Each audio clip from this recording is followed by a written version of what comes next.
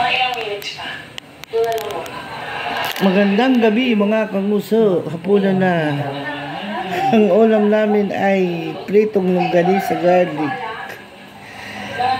Tita Ine, mamaya mukha na akong maeewan. At bulang lang na kalabasa. At kamote, ninyo.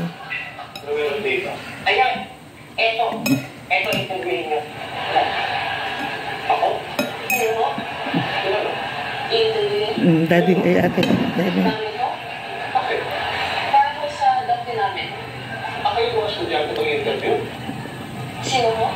Ay? Kami. Opo. Sige, mag-interview na kayo.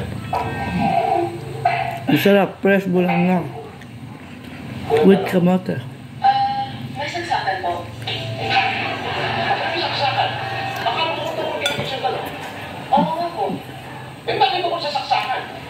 Saksakan ko na cellphone. Laban ako kasi.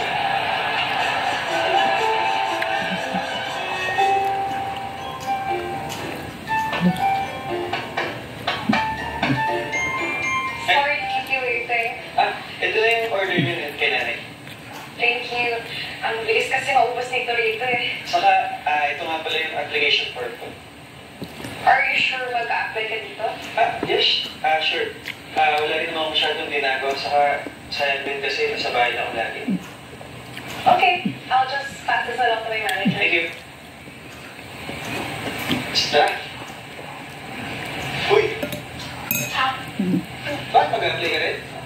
Ay, magsalita ni Madam Bioli. Alala lang ako kasi, di ba si Jacob birthday na yun next week? Hindi ko pa kasi alam kung ano yung regalo ko sa kanya. Alam mo ikaw, bakit hirap na hirap itong gagaluhan si Jacob? Ano mo maganda yung regalo?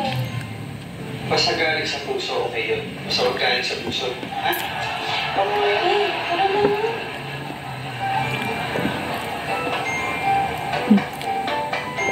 Excuse me, sir. Oo, na-interview na ba kayo? Hindi pa nga ako eh.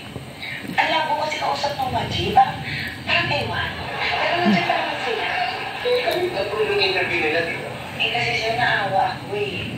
Pero sinabi ko naman sa kanila na bilisan nila para hindi sila nakaka-istorbo sa mga ginagawa natin dito. Permito, my friend.